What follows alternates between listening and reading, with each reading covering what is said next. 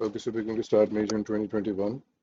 इस क्वेश्चन में उसने पूछा आपसे कि सर्कमफ्रेंस मेजर कर दे। आमतौर पे आप लोग डायमीटर के बारे में सोचना शुरू कर देते हैं, ये डायमीटर नहीं है, दिस इज सर्कमफ्रेंस। तो अगर ये आपके पास स्फीयर है तो आपने उसके अराउंड ये मेजर करना है। और अगर मैथमेटिक्स में देखें तो दिस इज 2 पाई आर।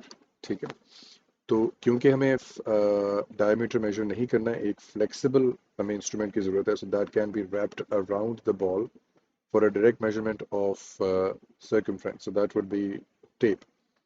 बाकी चीज़ें हम तब यूज़ कर भी लेते हैं if it had been for the diameter, लेकिन उसके लिए नहीं है। क्वेश्चन नंबर 2 थोड़ा सा लेंथी है, इस पर थोड़ा टाइम लगेगा। इसमें देखें, एक तो उसके ऊपर अपवर्ड फोर्स है P, जो कि हमें पता है by knowledge information that this is drag, और Q जो है दैट इज वेट। और अगर इसके ऊपर हम न्यूटन, क्योंकि रिजल्टेंट फोर्स की बात कर रहे हैं, so we are going to talk about Newton second law which is F equals to ma। तो मैथ्स की तो हम इसमें बात नहीं करें बिकॉज गिवन नहीं है, but for the sake of discussion resultant force की अगर बात करें तो that is going to be the pulling force which is the weight minus the stopping force which is the drag, is right now equal to ma। तो maths इसमें involve नहीं है क्योंकि वो कांस्टेंट है, so we can generally equate this equation as q minus p equals to a या proportional to a। तो अब q जो वेट है, it is not changing. Object का जो वेट है ड्यूरिंग फ्लाइट चेंज नहीं होगा, तो क्यू का फैक्टर तो चेंज नहीं हो रहा, बट जो ड्रैग है that depends on two factors. एक तो सरफेस एरिया है और दूसरा ऑब्जेक्ट की अपनी स्पीड है। अगर स्पीड इंक्रीज कर रही है तो ड्रैग भी साथ साथ इंक्रीज करेगा। Now since this is following under the influence of gravity, और वो खुद कह रहा है coin reaches the constant speed, which means शुरू में तो ये नहीं होगा, शुरू में तो ड्रैग बिल्कुल जीरो होगी, बट आहिस्ता आहिस्ता बढ़ेगी। मैं इस इक्वेशन को दोबारा लिख रहा हूँ। सो Q माइनस पी इक्वल्स या प्रोपोर्शनल टू ए। अब आप देखें Q चेंज नहीं हो रहा, but for the sake of discussion मैं वैल्यूज को फिक्स कर लेता हूँ।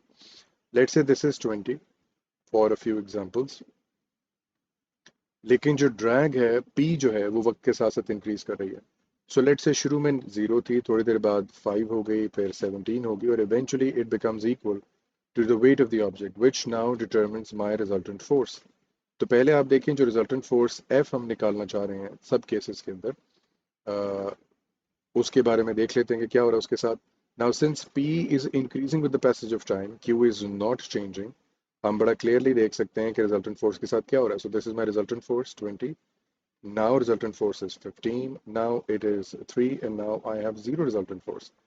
और इसी को फिर हम आगे ma के बराबर करते हैं टू फाइंड द एक्सेलरेशन, कि आपके पास बचा क्या है। तो हमारे पास इवेंचुअली कांस्टेंट स्पीड तक वो जब पहुंच जाता है, जिसको हम टर्मिनल वेलोसिटी कहते हैं, तो उस टाइम तो फॉरवर्ड और बैकवर्ड फोर्सेस बराबर हो चुकी होती हैं। और प्रॉब्लम यही है कि जो ड्रैग है वो डायनामिक है। डायनामिक का मतलब ये होगा कि it is ever changing, it depends on the physical factor that is the speed of the object, surface area, और वो खुद कितनी स्पीड पर जा रहा है। तो हमने ये देखा कि पी जो है वो वक्त के साथ साथ इंक्रीज कर रही है, लेकिन जो रिजल्टेंट फोर्स है, जो इन दोनों का रिजल्ट बन रहा है, that is decreasing with the passage of time. तो इसका आंसर आपके पास ऑप्शन सी बनेगा। वैल्यूज दे के समझाया ताकि बात समझ आ जाए, वरना बैक ऑफ द माइंड आपके थॉट प्रोसेस चलना चाहिए।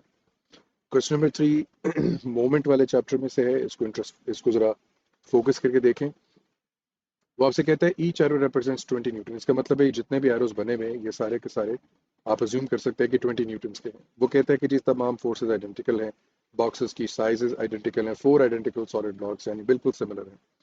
विच ब्लॉक्स आर इन इक्विलिब्रियम। अब इक्विलिब्रियम की दो कंडीशंस होती हैं। एक तो कंडीशन ये है कि उसके ऊपर मोमेंट नहीं होना चाहिए, यानी कोई टर्निंग इफेक्ट उसके ऊपर ना हो, और दूसरा उस पर जो रिजल्टेंट फोर्स है वो भी जीरो होनी चाहिए। रिजल्टेंट फोर्स हम काउंट करते हैं इस तरह से कि फॉरवर्ड बैकवर्ड या अपवर्ड डाउनवर्ड बैलेंस हो जाए और कोई भी एक्स्ट्रा फोर्स ना बचे।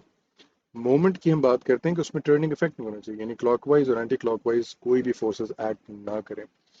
अब इसमें हम एनालिसिस करते हैं कि इक्विलिब्रियम में कौन कौन हो सकता है। अगर आप पी को देखो तो पी इस डायरेक्शन में फोर्स लगा रहा है, और अगर इसी फोर्स को मैं एक्सटेंड कर लूँ तो वो दूसरी फोर्स की डायरेक्शन के साथ मैच करता है।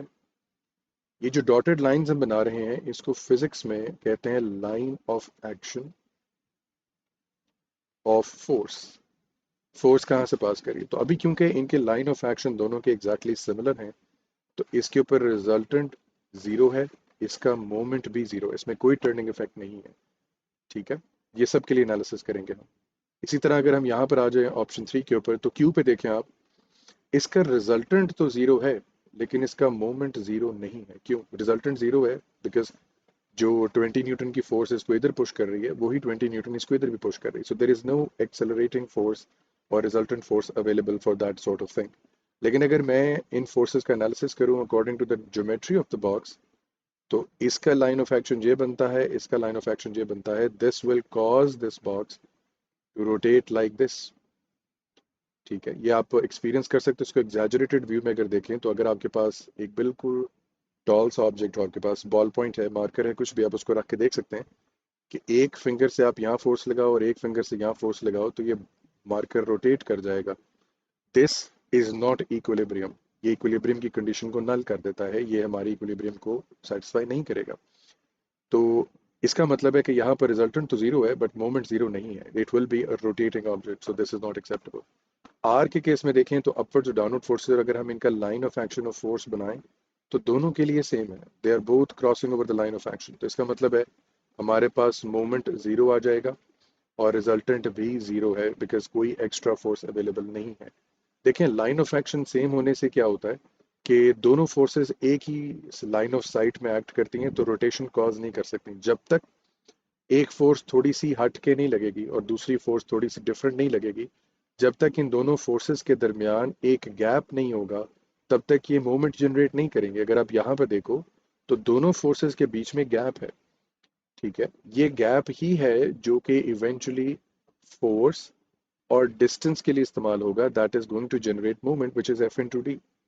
तो जब तक फोर्सेस के दरमियान गैप नहीं है वो मोमेंट जनरेट नहीं कर सकती। सिमिलरली एस के केस में अगर आप देखो तो कंबाइंड ऐसा लगता है कि there is a 20 newton force plus 20 newton which is going to make it 40 downwards.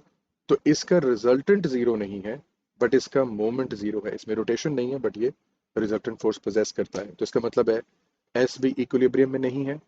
आपके पास जो ऑप्शन है आर, वो इक्विलिब्रियम में है। आपके पास क्यू जो है वो इक्विलिब्रियम में नहीं है और आपके पास जो पी है वो इक्विलिब्रियम में है। ठीक है, तो हमारे पास पी और आर की ऑप्शन बनती है which is option A, right.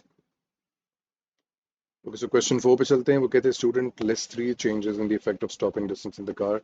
Increase the braking distance, braking force, increase the friction between the tires, increase the speed of the car, which changes increase the stopping distance। किससे stopping distance बढ़ जाएगा, यानी कि गाड़ी को रुकने में मुश्किल आ जाएगी। मिसाल के तौर पे अगर आपने यहाँ पर ब्रेक सप्लाई किए तो गाड़ी रुकते रुकते यहाँ पर रुकी है। स्टॉपिंग डिस्टेंस बढ़ाने का मतलब ये है कि यहाँ से लेके यहाँ तक जो आप डिस्टेंस कैलकुलेट कर रहे हैं, from the time you actually start thinking about the braking and you actually start doing it till the time the car actually stops. So for example दूसरी गाड़ी भी अगर यहीं पर ब्रेक आप लगाते हैं, वो चलते चलते ब्रेक लगाते लगाते उसको इतनी दूर जाना पड़ता है, तो मोस्ट डेफिनेटली हमारे पास जो स्टॉपिंग डिस्टेंस है इसका ज़्यादा है और इसका कम है। वो आपसे पूछ रहे हैं कि how can we convert the situation A to situation B, कौन सी बातें हैं ऐसी। तो अगर आप ब्रेकिंग फोर्स इंक्रीज कर देते हैं तो it will likely reduce the braking distance. Increasing the friction, that is again a good idea in terms of braking. तो आप ब्रेक लगाएंगे तो गाड़ी जल्दी रुक जाएगी। स्पीड गाड़ी की बढ़ा देंगे तो yes that will be a dangerous condition and most definitely if you are speeding तो you take or you will take a longer time to speed। तो सिर्फ चेंज थ्री है जो कि क्वेश्चन की स्टेटमेंट के साथ मैच करता है, increase the stopping distance, so that will be option D. Question 5 is from circular motion centripetal force, और हमें पता है कि रिजल्टेंट फोर्स इसकी सेंट्रीपिटल फोर्स एक ही डायरेक्शन में, that is towards the centre wherever it is moving. और अगर तो ये सैटेलाइट मिसाल के तौर पे इधर जा रही होती या इधर जा रही होती तो इनके रिस्पेक्टिव बी ऑप्शंस और डी ऑप्शंस को हम वेलोसिटी कहते हैं, टेंजेंशियल वेलोसिटी। और ये कंपोनेंट के बारे में जानना इसलिए ज़रूरी बिकॉज समटाइम्स वो ऑप्शन ये दे देता है कि अगर this centripetal force ceases to exist तो ये कहाँ पे जाएगा। अगर तो सेंट्रीपिटल फोर्स खत्म हो जाती है तो अगर तो ये सिर्फ रोटेट कर रहा था तो ये बी की डायरेक्शन में जाएगा, अगर इधर रोटेट कर रहा था तो डी की डायरेक्शन में जाएगा, या आमतौर पर इसको वो कहता है इन the direction of tangential velocity. Resultant force कह दे, सेंट्रीपिटल फोर्स कह दे, फोर्स कह दे, इसका आंसर हमेशा towards the centre of the circle और द इमेजिनरी सर्कल उसी की तरफ होता है। क्वेश्चन नंबर 6 जो है ग्रेविटेशनल स्ट्रेंथ, वो कहता है जी in space is smaller than that on the Earth's surface. A rocket is used to launch a satellite from the Earth's surface to space. यानी अगर आप अर्थ की सरफेस पे खड़े हैं तो यहाँ पर ग्रेविटी लेट से 9.8 है, लेकिन अगर आप स्पेस में चले जाते हैं, थोड़ा दूर चले जाते हैं अर्थ से, तो हो सकता है कि ग्रेविटी यहाँ पे 7.5 हो, end of course reducing as you move away from the earth's gravitational field. How are the mass and the weight of the satellite affected? देखें वेट जो है that is dependent on the mg moves away from the surface of the earth। तो देखें मास को तो कोई फर्क नहीं पड़ेगा, mass is independent quantity, it's quantity of particle, से तो कोई फर्क नहीं पड़ेगा। तो जिस भी ऑप्शन में लिखा हुआ है बोथ मास एंड अफेक्टेड, तो मास पे तो मास डिक्रीजेस मास इंक्रीजेस, बिल्कुल गलत बात है। Mass is unaffected and weight decreases most definitely, because अगर आप यहाँ पर mg अप्लाई करते हो तो g का आंसर बड़ा है, वैल्यू बड़ी है। लेकिन अगर आप एक सर्टेन हाइट पर जाके इम्प्लीमेंट करते हो mg, तो यहाँ पे g की वैल्यू क्योंकि कम हो चुकी है तो वेट का आंसर भी कम आएगा। लेकिन ऑल प्रोवाइडेड अभी भी मास का आंसर, मिसाल के तौर पे अगर मैं मास 100 kg की बात कर रहा हूँ, तो इधर भी 100 kg है, उधर भी 100 kg, it's same for both sides. इसका आंसर डी बनेगा। क्वेश्चन 7 पे चलते हैं। इसमें उसने आपको वॉल्यूम की वैल्यूज नहीं दी हुई, but we can still define a unitary method. वो कहते हैं जब ये इसमें था तो इसकी डेंसिटी थी 0.0012 ग्राम्स पर cm3। अब आप फोर्थ पॉइंट पे खड़े हैं और आप सेकंड पॉइंट पे आ गए हैं, तो I can say that I have reduced the volume by half. मैंने वॉल्यूम हाफ कर दिया है, ठीक है। तो हमारे पास density is equal to mass by volume होती है, और अगर आप वॉल्यूम कम कर रहे हैं तो डेंसिटी बढ़ जानी चाहिए, क्योंकि इन्वर्सली प्रोपोर्शनल रेशियो है इसकी। तो मैं उसी के अकॉर्डिंग इसको सॉल्व कर रहा हूँ और मैथमेटिकल कंजम्पशन की ज़रूरत नहीं है। मैंने अगर फॉर एग्जांपल सॉरी मैंने यहाँ पर अगर वॉल्यूम हाफ कर दिया है तो डेंसिटी डबल हो जानी चाहिए। This is how it works. और अगर आप इसको मैथमेटिकली देखना चाहते हैं तो this is how it's going to work, कि अगर आपके पास कोई भी वैल्यू होती है, लेट्स से अगर आप 1 है या 10 है, 10 को डिवाइडेड बाय आप 2 करेंगे तो आंसर 5 आएगा। लेकिन अगर आप 10 को डिवाइडेड बाय 0.5 करते हैं तो आपका आंसर 20 आएगा। तो ये मैथमेटिकली थोड़ा सा देख लीजिए कि अगर आपने इसको हाफ से डिवाइड किया है तो जो आंसर आप कैलकुलेट कर रहे हैं वो डबल हो जाएगा, ठीक है। अच्छा खैर ये एग्जांपल तो वैसे 1 के साथ बनती है, अगर आप इसको 1 के साथ भी कर लो चलो, तो ये 10 बनेगा आपके पास, ठीक है। 10 बन गया, और आपने अगर इसको हाफ कर दिया, 1 को हाफ करके 0.5 बनाया, तो अब आपका आंसर डबल हो गया, ठीक है। तो ये 0.0012 से it is suppose to be double, तो ये 0.024 इसका आंसर बनेगा। वॉल्यूम हाफ हुआ, 4 से 2 हुआ, तो डेंसिटी डबल हो गई, ठीक है। It was decreased by half. Question number 8 में चलते हैं। यहाँ पर एक चीज़ का ख्याल रखें, यहाँ पर उसने कुछ ऑप्शंस में सेंटीमीटर्स दिया हुआ है और कुछ ऑप्शंस में मीटर्स दिया हुआ है। सबको सेम यूनिट पे लाने की ज़रूरत नहीं है, लेकिन अगर आप ले आते हैं तो फिर सॉल्व करना आसान हो जाएगा, क्योंकि अगर आप इसको सिर्फ न्यूटन सेंटीमीटर में रहने देते हैं तो इसका आंसर मैथमेटिकली देखने में बड़ा आएगा, बड़ा लगेगा, इसका आंसर आपको छोटा लगेगा। तो या तो इनको सेंटीमीटर्स बना लो या इनको मीटर्स बना लो, ठीक है। तो मैं फिर भी इसमें बता देता हूँ आपको। So this is 50 multiply by 90 divide by 100। This will be 80 multiply by 50 divided by 100, और हम कौन सा फॉर्मूला लगा रहे हैं? Moment is equal to force into distance, ठीक है जी। और यहाँ पर भी हमारे पास क्योंकि ऑलरेडी मीटर्स में है तो मैं कन्वर्ट नहीं कर रहा, सो 13 into 2, this will B 18 multiply by 3। आप इन सब को कैलकुलेट करके देख लो। उसने कहा है जी लार्जेस्ट मोमेंट, तो जिस ऑप्शन में सबसे बड़ा आंसर आएगा वही आपका आंसर होगा। जी मैंने यहाँ पे सारे कैलकुलेट किए हैं और यू कैन सी कि सबसे ज़्यादा आंसर जो है वो ऑप्शन बी का आ रहा है, that would be considered. Question number 9 is from stability. वो आपसे कहता है जी मोर स्टेबल कैसे करेंगे आप? तो मेकिंग द टावर नैरो नहीं, इससे बेस एरिया कम हो जाएगा, स्टेबिलिटी डिक्रीज कर जाएगी। स्टेबिलिटी हमारे पास दो फैक्टर्स पे डिपेंड करती है, large base area and low centre of gravity, ठीक है। मेकिंग द टावर टॉलर, इसको ऊपर कर देंगे तो सेंटर ऑफ ग्रेविटी ऊंचा हो जाएगा, which is not advisable. Lowering the center of mass, yes, this is considerable example option. Raising the center of mass, no. तो most correct answer will be option C. अगर आप tower को raise कर देते हैं, इससे बड़ा टावर बना देते हैं मिसाल के तौर पे, तो आज उसका अगर सेंटर ऑफ ग्रेविटी मिसाल के तौर पे यहाँ पर है तो इसका यहाँ पर चला जाएगा, तो ज़मीन के मुकाबले में centre of gravity will be at a higher point which is not acceptable for the case of stability of course. Question 10 में वो आपसे कहता है लिमिट ऑफ प्रोपोर्शनलिटी कहाँ पर है, और again limit of proportionality is all about being straight line in terms of mathematics. तो हुक्स लॉ कहता है जी force is proportional to extension. और अगर मैं इसको इक्वालिटी में कन्वर्ट कर दूं that will become F equals to K E. और अगर इसको y is equal to M X plus C से कंपेयर किया जाए तो this should be passing from the origin and it should always be a straight line. ठीक है जी। तो ये सारा कुछ तो है, लेकिन किस पॉइंट पे आने के बाद इट डिविएट्स फ्रॉम द बिहेवियर। तो अगर मैं स्ट्रेट लाइन यहाँ पे बना भी देता हूँ, यहाँ पे हम स्ट्रेट लाइन बनाते हैं जो कि आइडियली हुक्स लॉ फॉलो करना चाहिए। तो कौन सी ऐसी जगह है जहाँ पे ये अपने हमारे थ्योरेटिकल पाथ से डेविएट हो रहा है? कौन सी जगह पे ये काम हुआ? तो जिस पॉइंट पे ये काम होना शुरू हुआ उसको हम कहेंगे लिमिट ऑफ प्रोपोर्शनैलिटी, जब वो मैथमेटिकली प्रोपोर्शनल उसने इस पाथ को छोड़ा, क्योंकि ये y is equal to M X की लाइन है, यही हमारे पास f equal to K X की लाइन है या के ई की लाइन है। इसको वो नहीं छोड़ सकता। अगर उसने हुक्स लॉ को फॉलो करना है तो वो इस लाइन को नहीं छोड़ सकता। बट जिस पॉइंट पे फिजिकल डिफॉर्मिटी की वजह से जहां पे उसने ये काम किया वो कहाँ पर है? तो that is at point B, point P, option B है।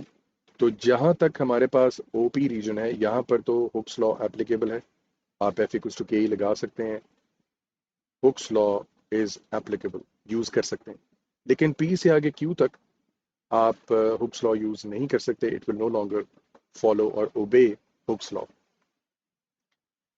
11 के अंदर बेटा हमारे पास है जी, 2 Newton hung from the spring against spring extension वाला सवाल है। The extension produces 6 centimeter, the 2 Newton weight is removed and an 8 Newton weight is hung from the spring. The spring does not pass limit। ये बात उसने इसलिए की है ताकि आप डिफॉर्मेशन के बारे में ना सोचें कि वो प्लास्टिकली या परमानेंटली डिफॉर्म हो चुका हो। ठीक है। तो वो आपसे कहता है कि what is a new extension. तो आप इसमें, मैं इसमें आपके लिए एक सिचुएशन ड्रॉ कर देता हूँ, आपको समझना आसान हो जाएगा। जी, तो ये सिचुएशन मैंने आपके लिए ड्रॉ की है। वो कहते हैं जी पहले हमने 2 न्यूटन्स का वेट उस पर लगाया तो वो 6 सेंटीमीटर स्ट्रेच हो गया। ठीक है। ये पहली इन्फॉर्मेशन इसलिए देता है ताकि आप स्प्रिंग कांस्टेंट निकाल सके। तो let's find it out. So F equals to K X, 2 newton की फोर्स हमने लगाई, के हमें नहीं पता, एक्सटेंशन 6 सेंटीमीटर आ गई, तो के इज इक्वल टू 1/3। मैं इसको फ्रैक्शन में ही रखूंगा फॉर नाउ ताकि मेरे पास आगे कोई फ्रैक्शन अगर बने तो उसमें से कैंसिल हो जाए, वरना अदरवाइज आप इसको डेसिमल में लेके जाना चाहते हैं तो उससे आंसर फर्क नहीं आएगा, it would still be the same. अब वो कहता है कि न्यू सिचुएशन में ये किया कि हमने 2 न्यूटन वाला उतार दिया, उसको खत्म कर दिया और 8 न्यूटन वाला वेट इसके ऊपर डाला। ठीक है। तो आज इसकी एक्सटेंशन कितनी होगी? तो आप दोबारा स्टेप 2 में ये फॉर्मूला अप्लाई करोगे, so that will be F equal to K x.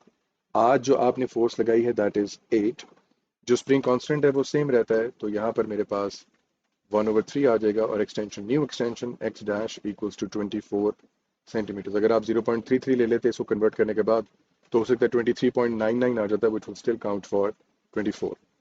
ठीक है। अच्छा, कुछ बच्चे इसको उस तरह सॉल्व करने की कोशिश करते हैं रेशो मेथड के साथ। मैं रेशो मेथड को रेकमेंड नहीं करता क्योंकि उसमें जब 2-3 सिचुएशन इकट्ठी आ जाती है तो आप लोगों के लिए कंफ्यूजिंग हो जाता है। आप हमेशा इस मेथड से किया करें, लेकिन अगर आप इसको उससे करना भी चाहते हैं तो आप देख सकते हैं कि आपने फोर्स को 2 से बढ़ाकर 8 कर दिया है, so there is a 4 times increase in the force, sorry force में। तो एक्सटेंशन अगर 6 सेंटीमीटर हुई थी तो उसमें भी 4 टाइम्स का इंक्रीज आना चाहिए। After all they are both proportional to each other. तो इसका मतलब है 6 को 4 से मल्टीप्लाई करेंगे तो 24 सेंटीमीटर्स बनेगा। ये एक्सटेंशन वाले सवालात में तो ट्रिक चल जाती है समटाइम्स, लेकिन जब वो लेंथ पूछ लेता है, क्योंकि उसमें आपको पुरानी वाली लेंथ ऐड करनी पड़ती है, तो फिर वहाँ पे रेशो मेथड नहीं चलता। इसीलिए मैं इस मेथड को रेकमेंड नहीं करता। I always recommend solving it step by step. Time थोड़ा ज़्यादा लगा लें बट आंसर का कंफर्म आपको आता है तो निकाला करें। An object is placed in the depth d below the surface of the liquid of the density rho, on which expression does the pressure of the object depend on? तो अगर तो आप एक लिक्विड में हैं तो पहले प्रेशर ऑफ लिक्विड का फॉर्मूला लिख लो अपने पास, सो रो जी एच। तो ये 3 फैक्टर्स पे डिपेंड करता है, देख लेते हैं कौन कौन से फैक्टर्स हैं। Density divided by rho, sorry distance divided by rho, इसने वैल्यूज बताई नहीं है कि डेप्थ डी है। तो ये प्रेशर और डेंसिटी तो, सॉरी, आपके पास डिस्टेंस और प्रेशर तो आपस में मल्टीप्लाई हो रहे हैं, तो ये बात तो गलत उसने लिखी, फॉर्मूला के लिहाज से गलत लिखी, ये बात तो नहीं हो सकती। Distance multiply by density, yes, मेरी जो डेप्थ है that is H is being multiplied with rho, तो ये बात कुछ प्लॉजिबल लगती है। सी में फिर वो डिस्टेंस को प्रेशर से डिवाइड कर रहा है, खैर इसमें ऐड कर रहा था, इट्स नॉट पॉसिबल। इसमें डिवाइड कर रहा है, अगेन नॉट पॉसिबल, और इसमें फिर डिवाइड कर रहा है, नॉट पॉसिबल। तो बेस्ट ऑप्शन तो यही है कि क्योंकि तीनों मल्टीप्लाई हो रहे हैं, जी की बात नहीं की जा रही। उसके बाद आपसे कहते हैं कि जी मास m है, वेट w है, rest on the table. Pressure की बात है तो सबसे पहले प्रेशर का फॉर्मूला लिखें, that is force over area. Force over area के बाद अब देख लें यहाँ पर आपको फोर्स कौन सी रिक्वायर्ड है। देखें, मास फोर्स नहीं है, मास को आप mg में पुट करेंगे तो वेट बनेगा। फोर्स, वेट एक फोर्स है, मास फोर्स नहीं है। और इसको मैंने अब एरिया से डिवाइड करना है। तो सबसे पहले तो ये डिसीजन ले लिया कि मुझे वेट चाहिए, तो ऑप्शन ए और बी तो कैंसिल हो गए, इनको तो हम देखेंगे भी नहीं। अब हम चलते हैं एरिया कौन सा लेंगे। एरिया आप बेस एरिया लेंगे जो एरिया ऑफ कांटेक्ट है with the plate, which is this area. तो आप देख सकते हैं कि उसमें कौन कौन सी डायमेंशन आ रही हैं। एक उसमें z डायमेंशन है और एक उसमें y डायमेंशन है। तो this should be Y G. Area जो है that should be y multiply by G. इसका आंसर डी बनता है। लेकिन एक और चीज देखें, अगर आप एक्स वाई जी तीनों को मल्टीप्लाई कर देते हैं तो ये तो बेसिकली आप वॉल्यूम निकाल रहे हैं 3 डायमेंशन को मल्टीप्लाई करके, तो ये तो फिर भी नहीं बन सकता था। हमें एरिया चाहिए, 2 डायमेंशनल क्वांटिटी है। इसके आंसर में मीटर स्क्वायर आता है, इट्स 2 डायमेंशनल।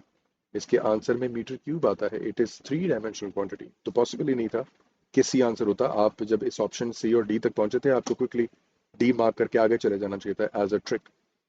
बट एनीवेज कोई बात नहीं, साथ साथ डिस्कस कर रहे हैं। सो 14th एमसीक्यू में देख लेते हैं। अब से कहते हैं pressure and volume of a gas. तो ये तो बेटा याद रखने वाला ग्राफ है आपके पास, बॉयल्स लॉ वाला। प्रेशर और वॉल्यूम गिवन है तो वो ग्राफ बनता ही ऐसे, why because they are connected by an inverse proportionality. एक और चीज मैं आपको बताऊं, इसी ग्राफ के अंदर वो समटाइम्स क्या करता है, एक एक्सेस इन्वर्ट कर देता है। अगर ये प्रेशर तो दूसरा 1/v होता है, और समटाइम्स अगर आपके पास लेट से v है तो ये 1/p होगा। अगर ऐसा ग्राफ आ जाए and it is still being defined for an inverse proportionality like this one, like यहाँ पर भी pressure is inversely proportional to volume and यहाँ पर भी pressure is inversely proportional to volume, तो this will now be a straight line। ये straight line बन जाएगी अब सिर्फ एक एक्सिस को इन्वर्ट करने से। लेकिन अगर इस तरह से है तो फिर ये ऐसे ही आएगा। ठीक है, सो मोस्ट लाइकली तो इसमें क्लोजेस्ट पॉसिबल ऑप्शन तो ये लीनियर इक्वेशन तो ये है ही नहीं, तो स्ट्रेट लाइन तो बननी ही नहीं है। ठीक है, ऑल राइट। क्वेश्चन 15 में आपसे कहता है जी force F on a body is calculated by multiplying force F by quantity Q. Work done निकालना है, तो वर्क डन का फॉर्मूला क्या होता है आपके पास, force multiplied by distance by definition, and the distance should be covered in the same direction। जिस डायरेक्शन में फोर्स लगाई है उसी डायरेक्शन में डिस्टेंस होगा तो हम उसको वर्क डन कहेंगे। और अगर मिसाल के तौर पे ये परपेंडिकुलर हो जाए, यानी ये फोर्स आपने लगाई है और ये परपेंडिकुलर डिस्टेंस से आप मल्टीप्लाई कर रहे हैं, तो इसी एफ इंटू डी के फॉर्मूला को फिर आपको मोमेंट कहना पड़ेगा। तो ये फॉर्मूला सेम है लेकिन एप्लीकेशन में डिफरेंस है, कॉन्सेप्ट में डिफरेंस है। तो क्यू क्या हो सकता है, क्यू क्या होना, डिस्टेंस ही चाहिए, वेलोसिटी नहीं हो सकती। तो मैं ऑप्शन सी और डी को कंसिडर भी नहीं करूंगा। और वो distance travelled in the direction of force most closest possible to the definition, distance travel perpendicular, तो ये तो मोमेंट की बात आ गई, मोमेंट तो नहीं होता। This is option A. A girl lifts an object of 1 kg from the floor, puts it on a ledge 2 meters above the floor, potential energy। बेटा ये सीधा सीधा ग्रेविटेशनल पोटेंशियल एनर्जी का सवाल है, which is mgh, very basic straight forward. 1 kg मास है, जी हमें पता है 10 है, गिवन है आपके पेपर्स में। अब आज से, आइंदा से जो लेटेस्ट सिलेबस है उसमें अब 9.8 इस्तेमाल होगा। Be careful about that, unless examiner खुद कह दे कि आप 10 ले लें, आपने 9.8 यूज करना है। तो खैर ये आपके पास तकरीबन 20 जॉब्स का आंसर बनता है इसमें। अगर आप लेटेस्ट सिलेबस को देखेंगे तो 9.8 से करना पड़ेगा। क्वेश्चन 17 की तरफ चलते हैं। A copper rod is heated at one end, ये कन्वेक्शन कंडक्शन रेडिएशन वाला चैप्टर से लग रहा है। Which statement describes how heat transfers and occur in copper। अब देखें कॉपर जो है एक मेटल है, सॉलिड भी है मेटल भी है। तो इसमें हमारे पास ना सिर्फ एटॉमिक वाइब्रेशंस होती हैं रिस्पॉन्सिबल एक मॉलिक्यूल से दूसरे मॉलिक्यूल के साथ जो नेबरिंग कोलिजन हैं, बट इसमें फ्री इलेक्ट्रॉन्स भी जिम्मेदार हैं for the conduction of thermal energy. तो अच्छा एक और चीज़ यहाँ पे देखें, सॉलिड्स में हमारे पास मेटल्स भी आते हैं, वुड भी आती है, प्लास्टिक भी आता है, ग्लास भी आता है। तो स्टेट ऑफ मैटर से फर्क नहीं पड़ेगा कि ये कंडक्टर बनेगा या नहीं बनेगा। It's about the material itself कि उसके पास फ्री इलेक्ट्रॉन्स हैं या नहीं। अगर तो फ्री इलेक्ट्रॉन्स हैं, it would become a good conductor. अगर नहीं है तो it would be a very very average और अ पुअर कंडक्टर। जिस तरह वुड और प्लास्टिक है, इसमें सिर्फ एटम्स हैं। मेटल सॉलिड में क्या खास बात है कि उसमें एटम्स भी हैं और इलेक्ट्रॉन्स भी हैं that are freely able to move around the structure, जिसको आप केमिस्ट्री में sea of freely delocalise electron के साथ रेफर करते हैं, तो वो बात है। तो बस ये आपकी मेमोरी चेक करना चाहता है कि आपको ये बात याद है या नहीं। तो energetic copper molecules move from, नहीं, मॉलिक्यूल इटसेल्फ मूव नहीं करेगा। ऐसा नहीं होगा कि अगर ये कॉपर रॉड पड़ा हुआ है मेरे पास तो यहाँ पर जो कॉपर एटम है वो खुद उठ के यहाँ पर चला जाएगा, ऐसा नहीं होता। वो नेक्स्ट के साथ वाइब्रेट करता है, वो नेक्स्ट वाले के साथ, वो नेक्स्ट वाले के साथ, and so on and so forth. Electrons however disperse करके वन साइड से दूसरी साइड पर जा सकते हैं because they are freely moving in the structure, they have the capability to do that. तो एनर्जेटिक फ्री इलेक्ट्रॉन से बात स्टार्ट हो रही है, बिल्कुल ठीक है। फ्रॉम कूलर एंड तो नहीं जी, हॉटर एंड से, हायर एनर्जी एंड से लोअर एनर्जी एंड पे जाएंगे। Which heat transfer process does not require medium, तो वो बिल्कुल बेटा रेडिएशन वाला प्रोसेस है। स्ट्रेट अवे आपके पास मेमोरी बेस्ड क्वेश्चन है। जो क्वेश्चन इसमें मैंने छोड़े हैं वो आपके सिलेबस के नहीं है। अब 21 which statement about the thermal expansion of solid, अब थर्मल एक्सपेंशन है तो straight away it's about the molecular bonding and the strength of the intermolecular forces. Solid के अंदर एक्सपेंशन कम इसीलिए है बिकॉज उसके बॉन्ड स्ट्रांग है, उसको अपनी जगह से हिलाना मुश्किल है। गैस में एक्सपेंशन ज्यादा है इसलिए है बिकॉज उसकी बॉन्ड्स वीक हैं।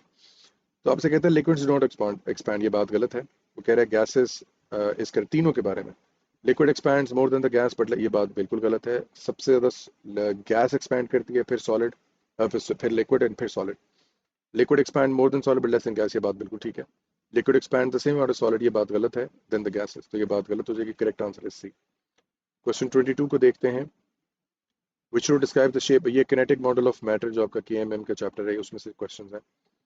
शेप कैसी है जी? हमारे पास लिक्विड की, फिक्स तो सॉलिड की होती, तो ये तो नहीं, हमें सीओडी में से चूज करना पड़ेगा। Arrangement of molecules is not regular, और रेगुलर सिर्फ सॉलिड के लिए होती है।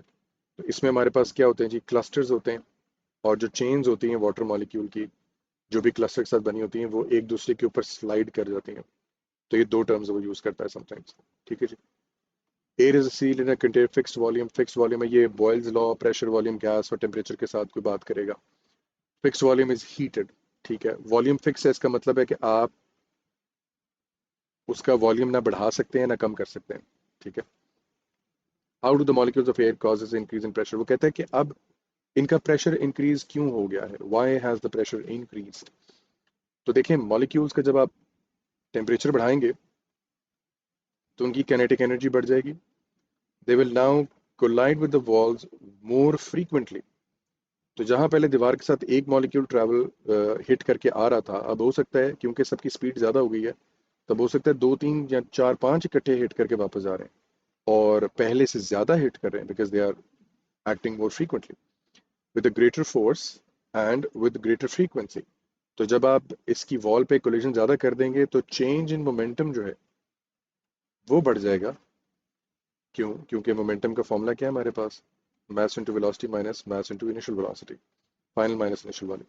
तो आपने तो टेम्परेचर बढ़ा के काइनेटिक एनर्जी बढ़ाई, और काइनेटिक एनर्जी मुझे पता है कि it is half M V square. तो आपने स्पीड बढ़ा दी है, अगर आपने स्पीड बढ़ा दी है तो आपका जो मोमेंटम है वो बढ़ जाएगा। और मोमेंटम का फॉर्मूला होता है फोर्स के साथ ये वाला। तो आपने चेंज इन मोमेंटम बढ़ा दिया, फ्रीक्वेंसी ऑफ कोलिजन बढ़ा दी, टाइम शॉर्ट हो गया, तो फ्रीक्वेंट जो फोर्स है वो इंक्रीज कर जाएगी। So this is the reason for the increase in pressure. क्यों? प्रेशर का फॉर्मूला क्या है जी? Force over area. तो आपने फोर्स बढ़ा दी because of this agitation of molecules, तो फोर्स बढ़ तो प्रेशर भी बढ़ेगा। एरिया तो आपने चेंज नहीं किया क्योंकि जिस मॉलिक्यूल ने जिस दीवार के साथ कोलाइड करना है, कोलाइड करके वापस जाना, उसका जो एरिया ऑफ कांटेक्ट है वो तो अभी भी सेम है, ठीक है। मॉलिक्यूल एक्सपैंड, नहीं जी ये बात गलत है। मॉलिक्यूल एक्सपैंड का मतलब वो ये कहना चाह रहा होता है कि अगर ये नाइट्रोजन का एटम है तो ये नाइट्रोजन का एटम बड़ा हो गया, ऐसा नहीं हो सकता। Molecules move at the same speed, same नहीं हो सकती। जब आपने टेम्परेचर बढ़ा दिया है काइनेटिक एनर्जी बढ़ेगी, स्पीड बढ़ेगी। द मॉलिक्यूल मूव फास्टर, बात बिल्कुल ठीक है। Hit the container more often और मोर फ्रीक्वेंटली, बात बिल्कुल ठीक है। डी को भी चेक करते हैं। मॉलिक्यूल्स मूव फर्दर, अब ये देखें ये जो फर्दर अपार्ट वाली बात की हुई है ये बात ही गलत है। क्यों? क्योंकि हमने वॉल्यूम फिक्स किया था। अगर वॉल्यूम फिक्स्ड है, कंटेनर की शेप फिक्स्ड है, कंटेनर शेप इज फिक्स्ड, तो वो एक्सपैंड करके कहाँ जाएंगे? एक दूसरे से कैसे दूर जा सकते हैं? वो दूर नहीं जा सकते, उनके पास जगह ही लिमिटेड है, ठीक है। अच्छा जी, ray of light in a semicircular glass block, which diagram shows the partial reflection and the refraction. Partial reflection सिर्फ इतनी सी बात है कि when it actually is on the verge of total internal reflection, या अगर आपकी सरफेस स्किन बहुत ज़्यादा पॉलिश्ड है तो फिर पार्शियल रिफ्लेक्शन भी नजर आती है। जिस तरह अगर आप सी के किनारे पे खड़े हैं मिसाल के तौर पे, तो अगर आप यहाँ से ऑब्जर्व करेंगे तो आपको सन की रिफ्लेक्शन नजर आती है, लेकिन क्या ये सारी की सारी रिफ्लेक्ट हो जाती है? पानी के नीचे लाइट नहीं जाती? बिल्कुल जाती है। तो this is that partial reflection जिसकी वो बात कर रहा है। एनीवेज, तो आपने इससे परेशान नहीं होना। अगर तो पार्शियल रिफ्लेक्शन है तो most likely angle of incidence और रिफ्लेक्शन बराबर होने चाहिए। तो सबसे पहले तो ऑप्शन ए और बी को कैंसिल करें। क्यों? क्योंकि जब नॉर्मल बनाते हैं यहाँ पर पॉइंट ऑफ इंसिडेंस पे तो पता चलता है कि एंगल ऑफ इंसिडेंस है, रिफ्लेक्शन है, दोनों बराबर ही नहीं है। इधर भी और ये इसके बराबर नहीं है, तो ये ऑप्शन गलत हो गई। सी और डी को ट्राई कर लेते हैं। यहाँ पे जब हम नॉर्मल बनाते हैं तो रिफ्लेक्शन की कंडीशन को तो वो फुलफिल कर देती है, I is equal to are. और इसमें सिर्फ इंस्पेक्शन बाय आई होती है, देखने में ये बात सच होनी चाहिए। वो बात तो ठीक है, लेकिन अगर हम देखें तो क्या ट्रेंड भी सेम है या नहीं? तो देखें, ये ग्लास में से एयर में जा रही है और इसकी स्पीड जो है वो ज़्यादा हो जानी चाहिए और इसकी bending away from the normal भी ज़्यादा होनी चाहिए। ठीक है, तो ये नॉर्मल से ज़्यादा अवे बेंड कर रही है, ये नॉर्मल के क्लोजर आ रही है, विच इज़ रॉन्ग। तो सी ऑप्शन गलत हो जाएगी, करेक्ट आंसर ऑप्शन डी बनेगा। ये बातें आपको याद होनी चाहिए कि किस मीडियम से किस मीडियम में जाते हुए बेंडिंग कैसे होती है, बेंडिंग अवे होती है, बेंडिंग टुवर्ड्स होती है। This is a part of your job. Otherwise आप एक लेसन जो मैंने इसमें अपलोड किया हुआ है आप उसको जाके देख सकते हैं, उसमें मैंने डिटेल में बात की हुई है। एन ऑब्जेक्ट ऑफ हाइट, ठीक है जी, ऑब्जेक्ट की हाइट जी जी वो 1.5 है। अगर वो ये बातें ना भी बताता तो आप बॉक्सेस पे काउंट कर सकते हैं, क्योंकि उसने आपको यहाँ पे बताया हुआ है कि एक बॉक्स 1 बाय 1 का है, तो आप यहाँ पे देखेंगे 1.5 बॉक्सेस ही हैं। ठीक है, और this is focal length 2 centimetres है। वो कहता है जी अब मुझे मैग्निफिकेशन बताएं, तो आप यहाँ पे देख सकते हैं कि ये 1 box 2 box approximately this is 3 centimetres. अब मैग्निफिकेशन का पूछा हुआ है तो मैग्निफिकेशन का फॉर्मूला देख लेते हैं, that is height of image divided by height of object. तो आपका जो इमेज है that is 3 centimetres, 3 divided by जो ऑब्जेक्ट है दैट इज 1.5, तो ये बन जाएगा तकरीबन 2 times. So it has been magnified up to scale of 2, और it has been magnified by 2। तो ऑप्शन ए आंसर बनेगा। 26 में optical instrument is a distance between object and the lens is then the focal point length of the lens.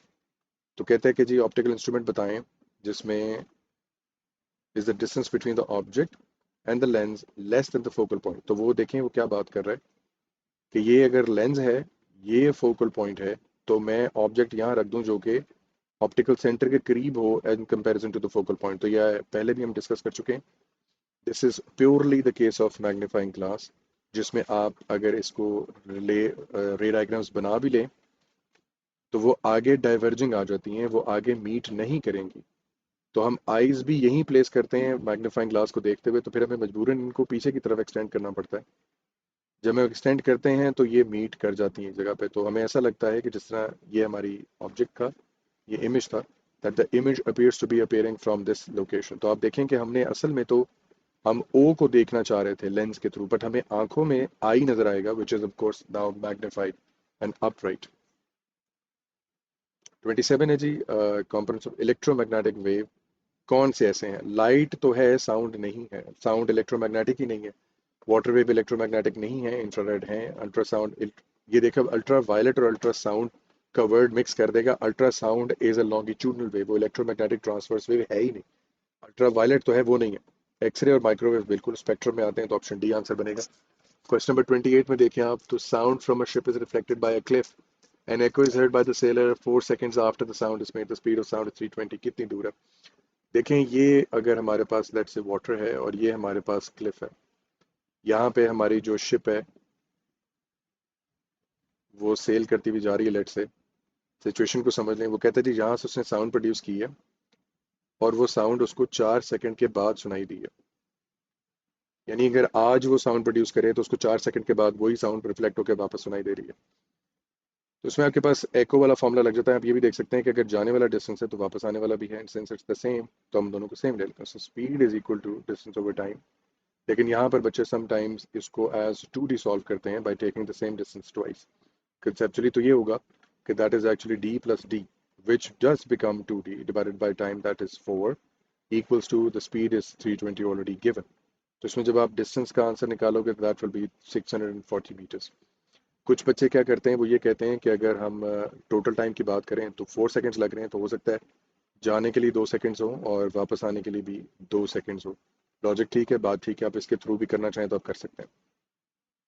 Question number 29 जी, students are asked for the use of ultrasound, 3 suggested the use of ultrasound. ठीक है जी, jewellery बिल्कुल ठीक है। Tanning on sunburn, जी ultrasound का use नहीं। अल्ट्रा ये आपके पास उसके लिए आ जाता है, अल्ट्रावायलेट में आ जाता है ये यूज़, यूवी रेडिएशन के साथ सनबर्न जो है। Obtaining an image of the unborn, ये एक्सरे का यूज़ है।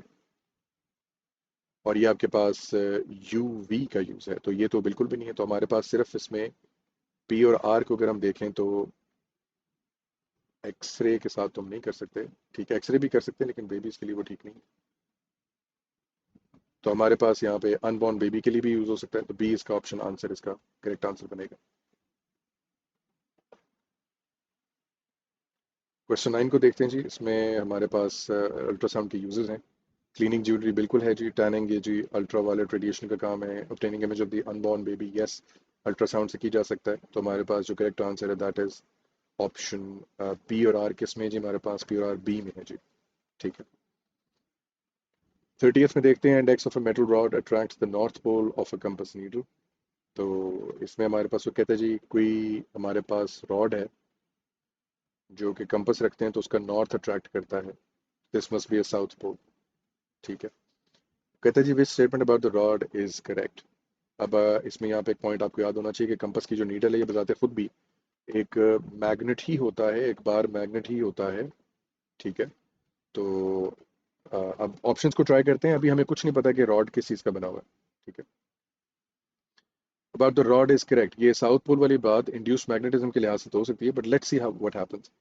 It is made of copper. Copper का ये नहीं हो सकता क्योंकि कॉपर मैग्नेटिक मटेरियल नहीं होता। आप कॉपर के पास कंपास को लेके भी जाएंगे, वो खुद मैग्नेट हो ना हो, या वो खुद वो मैग्नेटिक प्रॉपर्टीज रखे या ना कि वो अट्रैक्ट नहीं होगा, copper is not a magnetic material. Steel से ये बात हो सकती है बिकॉज स्टील से परमानेंट मैग्नेट बनता है, इज नॉट इनिशियली मैग्नेटाइज। और steel is with the north pole. अब देखें, अगर यहाँ पे नॉर्थ पोल होता तो कंपास नीडल का भी नॉर्थ इसकी तरफ ना आता, साउथ आता। तो ये बात कंसेप्चुअली गलत होगी। The correct answer should be option C. ठीक है। 31 के ऊपर आते हैं। वो कहते हैं, अब इसमें 31 में याद रखें और ध्यान रखें कि ये स्टेप बाय स्टेप प्रोसेस होगा। अब वो कहते हैं जी कि इंसुलेटेड सफेयर है, उसके पास हम रॉड लेकर आए हैं। The sphere is earth as shown, earth भी हुआ हुआ है। The earth connection is removed and then, यानी this is my step number 1 and this is my step number 2। ये काम बाद में होना है, पहले उसने अर्थ कनेक्शन रिमूव किया। अब जब आप रॉड यहाँ पे लगाएंगे और अर्थ वायर भी लगी हुई है, तो यहाँ से इलेक्ट्रॉन्स ट्रेवल करके इस सफेयर के ऊपर अट्रैक्ट होके तो असेंबल हो जाएंगे। ठीक है। अब आपने क्या किया, आपने अर्थ कनेक्शन को डिसमेंटल कर दिया, आपने इसको खत्म कर दिया यहाँ से। अब अर्थ कनेक्शन यहाँ पे इज नो मोर, लेकिन रॉड अभी भी है यहाँ पे। ठीक है, रॉड अभी भी है। आपने बाद में रॉड रिमूव किया है। जब आप रॉड को भी रिमूव कर देंगे तो अब आप खुद देख लो बेटा कि उसके पास कौन सा चार्ज है जो by the end of the day रह जाएगा। So it will B filled or completely abundant with the negative charge. उसके पास अब negative charges होंगे. So that is option C, equally distributed throughout the structure. 32 पे आ जाते हैं। 32 में देखते हैं जी, वो कहता है कि हमारे पास सप्लाई दो रजिस्टर पैरेलल में लगे हुए। वो कहता है जी 4 डिफरेंट रेंज सेटिंग्स हैं हमारे पास, हम किस रेंज को इस्तेमाल करें ताकि हमारे पास जो मीटर की रीडिंग है वो मिड पॉइंट पे आ जाए। इसका मतलब है कि मैं अगर मीटर रूल देख रहा हूँ यानी एमीटर देख रहा हूँ, तो मेरे पास 0 से स्टार्ट हो रहा है। तो यहाँ पर मिसाल के तौर पे मेरे पास कितनी रेंज होनी चाहिए, कितनी हाईएस्ट रेंज सेलेक्ट करूं, जो कि मेरे पास ऑप्शंस में गिवन है। मिसाल के तौर पे मैं 10 मिली एम्पेयर चूज करूं, 1 एम्पेयर चूज करूं, 10 करूं, यहाँ पर किसको चूज करूं कि नीडल जो है मेरी वो सेंटर की बजाय जब रीडिंग दे रही हो तो 0 के बजाय सेंटर पे आ जाए अप्रॉक्सीमेटली। उसके लिए सर्किट को सॉल्व करते हैं और देखते हैं। पैरेलल में है सर्किट, तो आप इसको दो तरह से सॉल्व कर सकते हो। दोनों के लिए करंट अलग अलग निकाल के ऐड कर सकते हो, नहीं तो दोनों को सॉल्व करोगे तो आपके पास एक ही रजिस्टर बनेगा, that is going to be of value 2.5 kilo ohms या 2500 ओम्स। और ये हमें कैसे पता है? ये हमने ऑफ कोर्स यहाँ पे फॉर्मूला लगाया है, 1/5 plus 1/5 equals to 1/r। Shortcut तो इसका ये है कि अगर आपके पास दो रजिस्टर्स हैं तो आप प्रोडक्ट ओवर सम यानी R1 R2 divide by R1 plus R2 which is known as the product over sum formula. ठीक है। अगर इससे भी आगे जाना है, इससे एक और शॉर्टकट है, वो ये है कि अगर आइडेंटिकल हैं दोनों रेजिस्टर्स तो एक को हाफ कर दो। यानी 5 और 5 आइडेंटिकल थे तो मैंने 5 को हाफ कर दिया तो 2.5 सिंगल बन जाएगा। अगर आप इसको ट्राई करना चाहते हो, आप इस फॉर्मूला को यूज़ कर लो, दुनिया जहान का कोई रजिस्टर पुट कर लो, अगर तो सेम होंगे दो के लिए तो वो हाफ हो जाएगा। ठीक है। तो अब अप्लाई करके देखते हैं V equals to I R कि हमारे पास करंट आता कितना है। So 12 divided by 2500 equals to current. Current का आंसर अगर हम देखें यहाँ पर 12 divided by 2500, that is 4.8 milli amperes. मेरे पास 4.8 into 10 raised to the power minus 3 amperes आ रहा है, which is approximately 4.8 milli amperes. तो आप यहाँ पे देख सकते हो कि मुझे सेंटर में तकरीबन 4.8 मिली एम्पेयर्स चाहिए, which is चलें 5 मिली एम्पेयर लगा लें, तो एक्सट्रीम पे 10 मिली एम्पेयर्स हो तो ये नीडल मिडल में कहीं ना कहीं आ जाएगी, ठीक है, उससे खुद भी क्या near the middle. Option B will be the right answer कि यहाँ पर 0 से 10 मिली एम्पेयर तक का अगर मैं रेंज सेलेक्ट कर लूँ एमीटर पे तो वो सेंटर में आ जाएगी, ठीक है। 33 में देखते हैं आप, वो कहते हैं जी in which example the current of 1 ampere is flowing, तो कहते हैं 0.1 एम्पीयर इन 100 मिली। अभी देखें कंफ्यूज करने के लिए उसने आपको दिया है, तो 0.1 divided by 100 into 10 raised to power minus 3 अगर आप करेंगे तो आपका आंसर एग्जैक्ट 1 एम्पीयर आएगा। मिली सेकंड की पावर माइनस 3 होती है, please go refer to free practice और उसको याद करें। तो ये मोस्ट लाइकली ऑप्शन है, बाकियों को भी देख लेते हैं। 10 volt ampere as an input power of 0.1, तो आप इसके ऊपर P equals to I B लगाओ, 0.1 पुट करो equals to 10 multiply by I. आप खुद देख सकते हैं कि वो 10 उधर जाके डिवाइड होगा, आंसर 1 से छोटा आ जाएगा। सी में भी आप फॉर्मूला लगा सकते हो, रेजिस्टेंस गिवन है, वोल्टेज गिवन है, V equals to I try कर सकते हैं, करंट का आंसर 1 एम्पीयर नहीं आएगा। और two resistors with the current of 0.5 amperes connected in series, तो आप ये सीरीज में लगा भी देते तो करंट तो सेम रहेगा, एक ये रेजिस्टर पड़ा हुआ है, एक ये रेजिस्टर पड़ा हुआ है, तो अगर 0.5 एम्पीयर सेकंड में करंट आ रहा है तो वो हर जगह सेम रहना है। इधर भी 0.5 एम्पीयर सेम रहेगा करंट, तो 1 एम्पीयर तो फिर भी नहीं बनना। तो खैर इसका करेक्ट आंसर इज ऑप्शन ए। 34 पे चलते हैं, वो आपसे फिलामेंट लैम्प की बात कर रहा है for the voltage and current graph.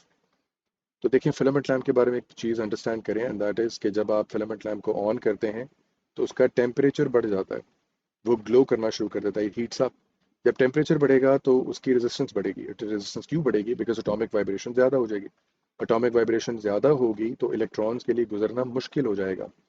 अब जब रेजिस्टेंस बढ़ जाएगी तो करंट का जो चेंज है, हम बात करते हैं करंट कम हो जाएगा, करंट कम नहीं होता, करंट का जो चेंज है वो कम हो जाता है। यानी अगर पहले ज्यादा करंट फ्लो कर रहा था at lower voltages, higher voltages पे कम करंट में चेंज कम आएगा।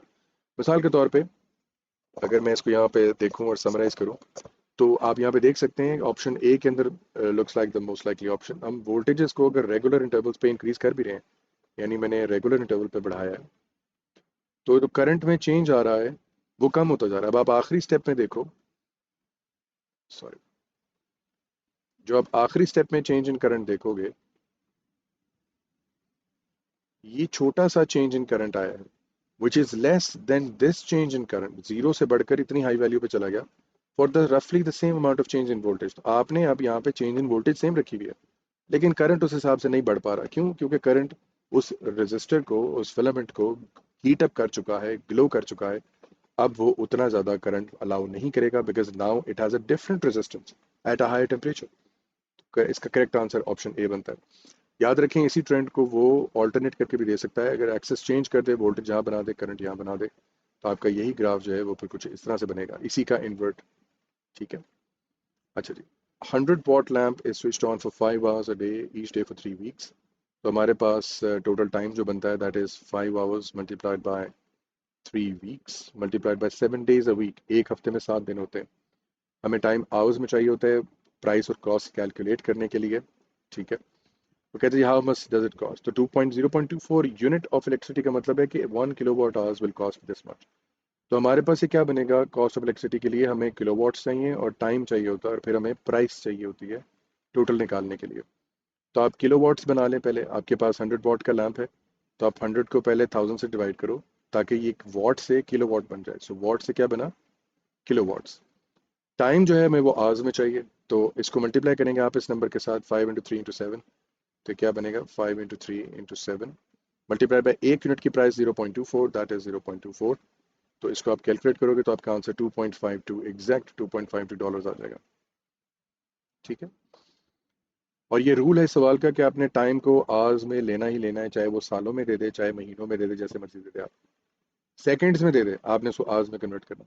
अ 3 pin plug has a fuse, ठीक है जी, डिवाइस इज डबल इंसुलेशन, यानी इसकी बॉडी प्लास्टिक की है, has a cable connected to the earth plug, sorry, to the plug. The part of the plug is not connected to the cable.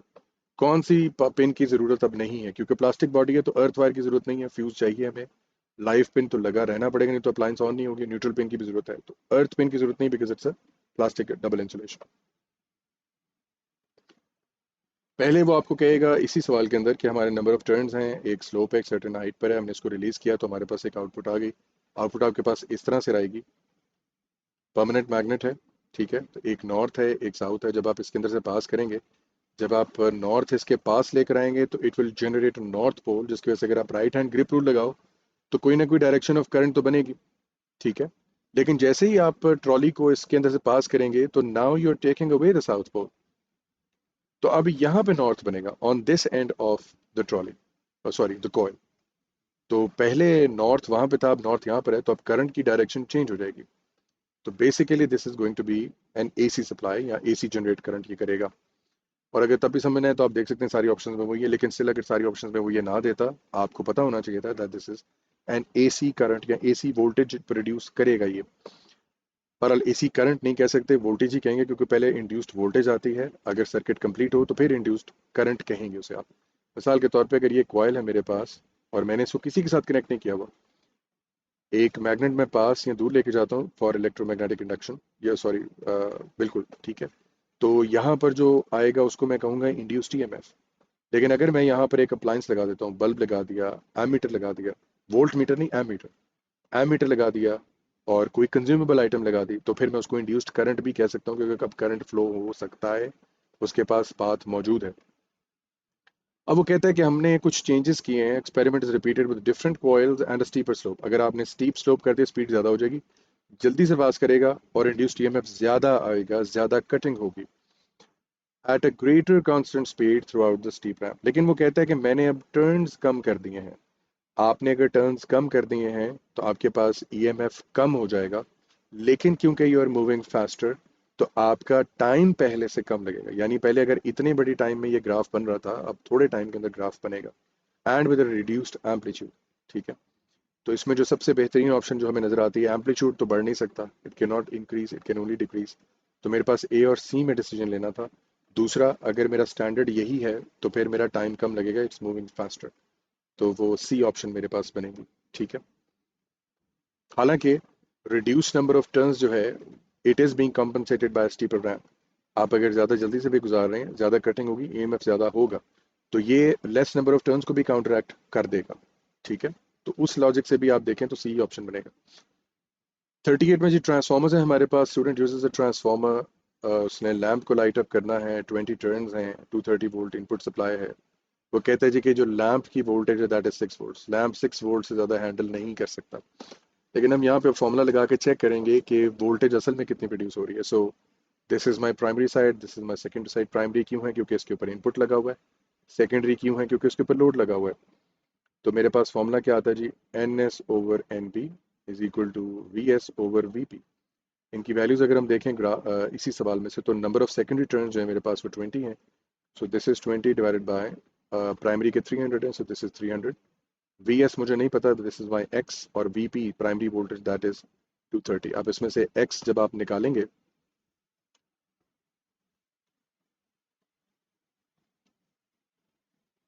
तो answer आता है जी तकरीबन देखें 300 डिवाइडेड बाय 20, तो 240 डिवाइडेड बाय 15, तकरीबन जी 16, आपके पास 15.3 समथिंग आंसर आ जाएगा, ठीक है।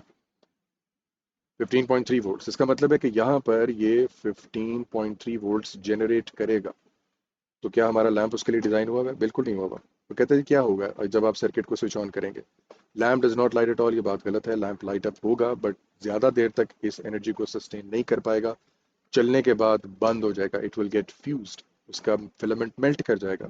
The lamp lights eight normal brightness, नहीं जी, ब्राइटर होगा, क्योंकि 6 वोल्ट उसकी नॉर्मल ब्राइटनेस से ज़्यादा एनर्जी पंप करेंगे, वो ज़्यादा ब्राइटली करे। द लैम्प लाइट्स डिमली, ये बात भी गलत है, it is going to lit up more brightly. The lamp lights up brightly, बिल्कुल जी, एंड देन गोज आउट, ये बात बिल्कुल ठीक है। It will fuse, it will melt after some time, option D is the correct answer. 39, what does an alpha particle consist of? क्या चीज़ उसमें होती है? तो हमें पता है वो हीलियम न्यूक्लियस है। तो हीलियम न्यूक्लियस जो है उसका 4 2 होता है, उसका मतलब है 2 प्रोटॉन्स और 2 न्यूट्रॉन्स हैं। तो ये बड़ा straightforward memory based question है। The count rate of a radioactive source falls from 4000 to 500। अब इसमें हाफ लाइफ वाला कॉन्सेप्ट है और वो कहता है कि इन 72 मिनट्स ये सारे का सारा काम 72 मिनट्स में हुआ। यानी मैं 4000 काउंट्स आज अगर जीएम ट्यूब से चेक करूँ तो 4000 है, और थोड़े दिन बाद देखा 72 मिनट्स के बाद देखा तो 500 था। तो हम इसको खुद हाफ करना शुरू कर देंगे, 2000, 1000 और 500। और आप देखें कि हम इसको हाफ कैसे कर रहे हैं। हम इसको हाफ कर रहे हैं by dividing this by 2 on our own. हम खुद इसको 2 से डिवाइड करके अगली वैल्यू ले रहे हैं, इसको भी 2 से डिवाइड करके अगली वैल्यू, इसको भी 2 से डिवाइड करके अगली वैल्यू, बिकॉज हाफ लाइफ का क्वेश्चन है तो हम हाफ कर रहे हैं उसे। और ये सारे का सारा जो काम हुआ है, the whole time span for this journey was 72 minutes. तो कितनी दफ़ा हाफ किया आपने, कितनी हाफ लाइफ्स में से वो गुजरा, 1, 2 and 3। So 3 half lifes consumed approximately 72 minutes. तो फिर एक हाफ लाइफ का टाइम क्या होगा, 72 डिवाइडेड बाई 3। आप इसको करके चेक कर सकते हैं, your answer will B 72 divided by 3, your answer is 24 minutes. अच्छा, आपने सॉल्व कर लिया, अब आप इसको काउंटर चेक कर लो दोबारा, कोई मसला नहीं, दोबारा वेरीफाई कर लो। 24 मिनट्स आया है, तो 24, 24, 24 तीनों को ऐड करोगे, क्योंकि 3 दफ़ा एरोज बने हैं, 3 दफ़ा हाफ किया आपने, तो आपका फिर 72 मिनट्स बन जाएगा। तो आपका आंसर ठीक है, दैट इज ऑप्शन डी। ठीक है जी।